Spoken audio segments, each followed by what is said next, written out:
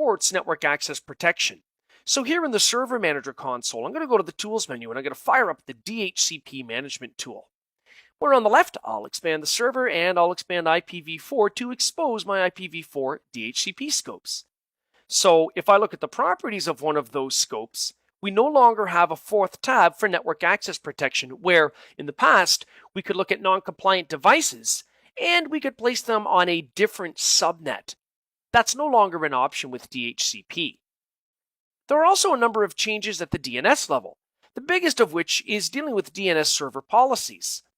What we can do with DNS policies, for example, is set it so that DNS queries from stations on specific subnets might return a different IP address even though they're sending a query to the same DNS server for the same name.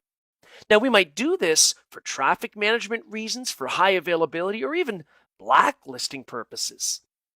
So what I'm doing here is I'm using a number of commandlets to add DNS server client subnets. Here I'm adding subnet 1 with its IP subnet range, and I'm adding subnet 2 to DNS with its IP subnet range, and then I'm using PowerShell to add scopes. So I'm adding a scope in a DNS zone that already exists called a.local, and the scope here is called subnet 1 scope, and I'm creating subnet 2 scope. Now the purpose of the scopes that we're creating is that we use those when we build A records to assign them to a scope. For example, when we add a DNS server resource record here in PowerShell to our zone, a.local in this example, we can specify the IPv4 address and we can flag it with a specific scope that we've created previously. So here I'm creating the same record, www, twice in the same zone, but with different IP addresses. Now I'm tying the first one to the subnet 1 scope and the second one to the subnet 2 scope. Then as I go further down, I add, using PowerShell commandlets, resolution policies to the DNS server, where I determine that the action will be to allow queries for client subnets equal to, so EQ for equals or NE for not equal, in this case subnet 1, and I'm tying that to a scope called subnet 1 underscore scope. Clients coming in on subnet 2, now remember, subnets 1 and subnet 2 were defined way up here, where we're giving an actual IP subnet range.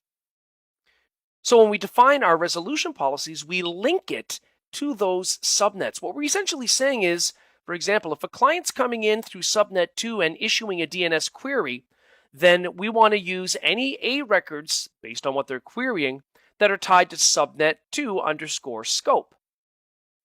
Now, once this has been done, we can check our work with a number of PowerShell commandlets, because if you go look in the graphical environment, for example, if I were to go to the Tools menu here in Server Manager and pop up the DNS tool, and if I were to take a look at my a.local zone, it would appear that there are no A records.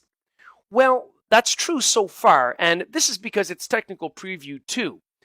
I suspect that once the product is fully released to market, that will change, but currently, we don't see any DNS A records that we create from PowerShell here that are tied to a scope. Now, if you use PowerShell to build a standard A record not tied to a scope, it will appear here. So right now, we have to do this through PowerShell. Now, we can view our work. Here, I'm going to execute the line here where we can get our DNS server client subnets. So I'll go ahead and click the appropriate button to run that selected code. And we can see that we've got subnets 1 and 2 defined on the DNS server with the appropriate IP ranges. I can also retrieve the DNS server zone scopes I've created. So I'll run that selection. Here I've got the subnet 1 scope and the subnet 2 scope. Now this is where it gets really interesting, because if I use PowerShell to retrieve my DNS server resource records tied to my zone scopes, and if I run that selection, I can see, for example, I've got a www record for 192.168.1.150, but I've also got a second record with the same name but a different IP. Now remember, if you look at the DNS server graphical tool, you're not going to see those A records because they're tied to a scope. And in technical preview 2, that's just the way it is at this point. Now in the end, what this means is that clients that are connecting let's say on our first subnet, 192.168.1.something, when they try to ping or connect to www.a.local, it should return only a single IP address. In this case, 192.168.1.150. So let's test this from a Windows 10 client. Here on my Windows 10 station, I'll go ahead and type ipconfig so we can view our current IP address. And we can see that this Windows 10 station is in fact on the 192.168.1 subnet. We can verify that by looking at our subnet mask. And if I do an ipconfig/all, I could verify the DNS server that this client is pointing to. Now I want to do this because I want to make sure that we're connecting to the DNS server where we've just configured our DNS policies. They're in effect immediately once they're created.